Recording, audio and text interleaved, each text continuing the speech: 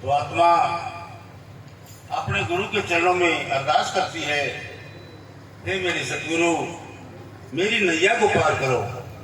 मैं इस संसार में जन्म लेके आई और काल ने मेरे को कर्म धर्म के बंधन में बांध दिया।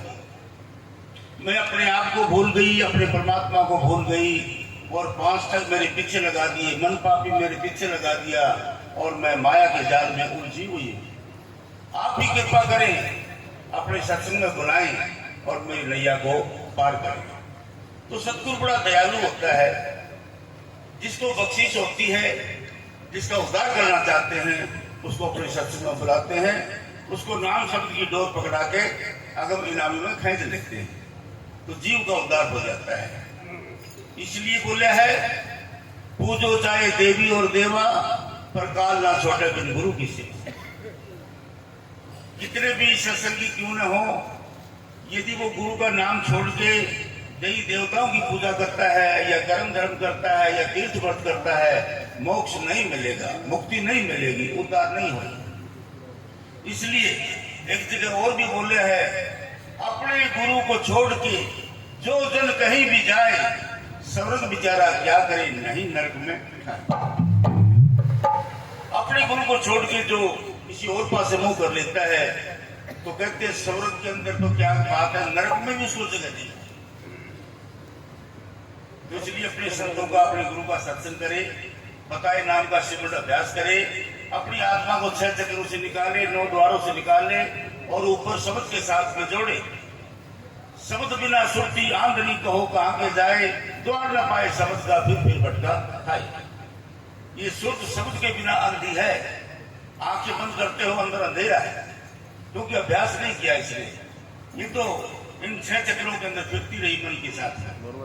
अब सब बाप का इसको समझाते हैं कि 6 चक्रों का ख्याल छोड़, 9 द्वारों का ख्याल छोड़ और मन पापी को साथ में लेके भक्ति कर सकते उसकी।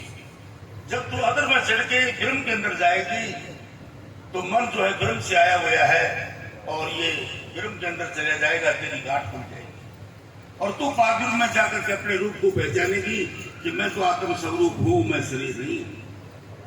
तब इसको वहां जाके ज्ञान होता है कि मैं आत्मा हूं।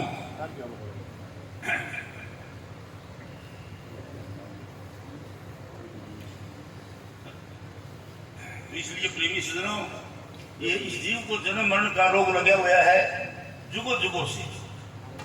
जब ये आत्मा सतलोक से नीचे उतरी, भवन को पापरे आई, पार ब्रह्म में आई और जब ब्रह्म के अंदर आई तो काल ने इसको कारण मंडल से ढक दिया और नीचे उतरी तो सूक्ष्म मंडल में ढक दिया और जब नीचे उतरी तो इस आंखों से नीचे शरीर रूपी मंडल में ढक दिया। यानी इस आत्मा के ऊपर 3 आवरण चढ़ गए। आत्मा अपने आप को भूल गई, अपने परमात्मा को भूल गई और दुनिया में कर्म धर्म तीर्थ व्रत करती फिरती। इनके द्वारा मोक्ष होता नहीं, मुक्ति नहीं मिलती। तो इस कलयुग के अंदर संतों ने यही पुकार किया है कि तुम संतों का सत्संग करो। कलयुग में एक नाम आधारा, सिमर सिमर नर उतरो पारा। कलयुग में कर्म धर्म ना कोई, पर बिना नाम उद्धार नहीं होता। बिना नाम के उद्धार नहीं होता।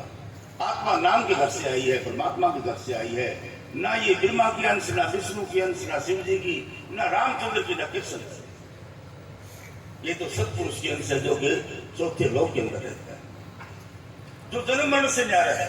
ना वो जन्मता है, ना वो मरता है, ना वो आता है, ना वो जाता है, वो सदा का है।